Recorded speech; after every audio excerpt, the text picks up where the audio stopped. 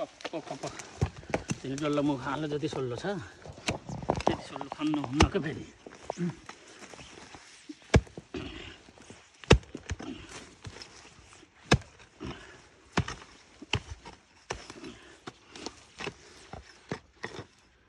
यो पोरको के हुन्छ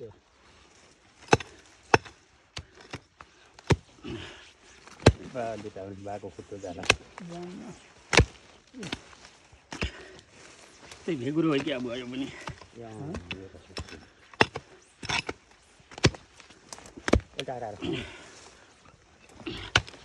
कोदालो भात छोडेर हिँड्ला भनेर गर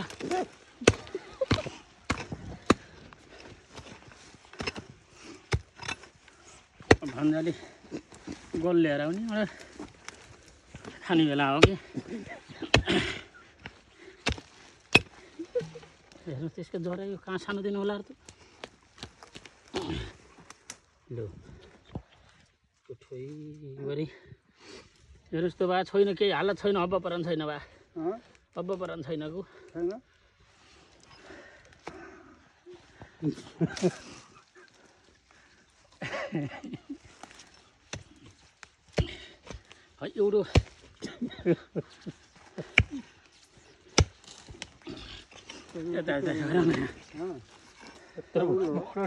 एउटा खुट्टा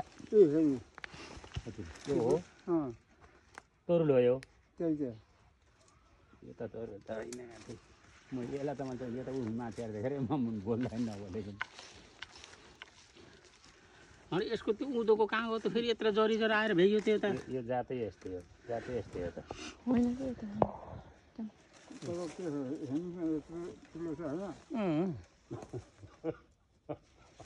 यसको त पोरको मरेको नि छ बुवा पोरको झाल मरेको नि छ कि यो पोरको झाल हो बटारेरै गर्छ है पोर फरारकै गर्छ के भयो छैन खै खै यस्तो भएर त्यो सक्यो गर बुवा तपाईँलाई घोज्छ है उसले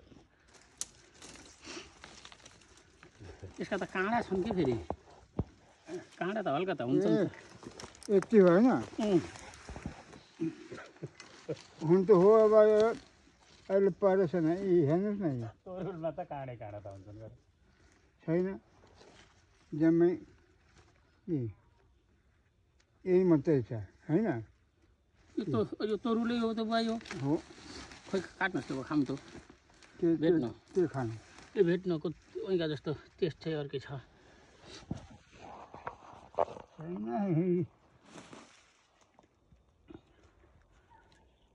तरुल त तरुलै हो भोकै केही छैन खालि झार मात्रै छ यो त तरुलै हो भने त यसको त अन्त हुन्छ कि बुवा यता यस्तो पुग्यो नि यस्तो हुन्छ कि यस्तो यहाँ कतै छ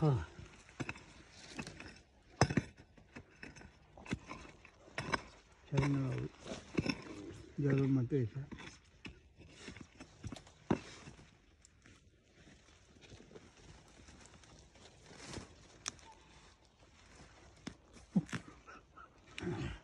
नाइ हेर्न पर्यो जरो मात्रै छ क्या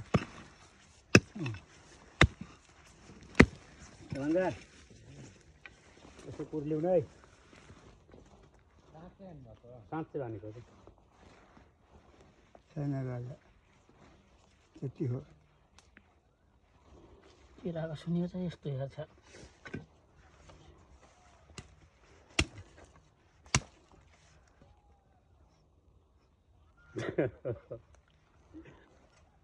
बास्ना त छ या तरुलको जस्तो गरी यसको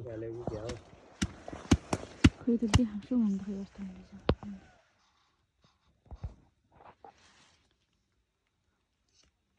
खै त्यो छैन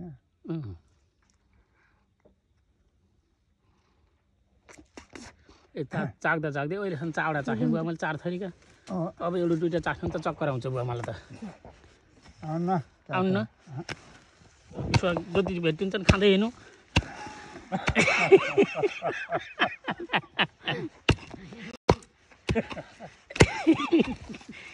कुर्लिन नजान्ने मान्छे त्यसो गर्छ नि केटा मान्छे कुरेर कुर्लिनुहोस् न भन्दै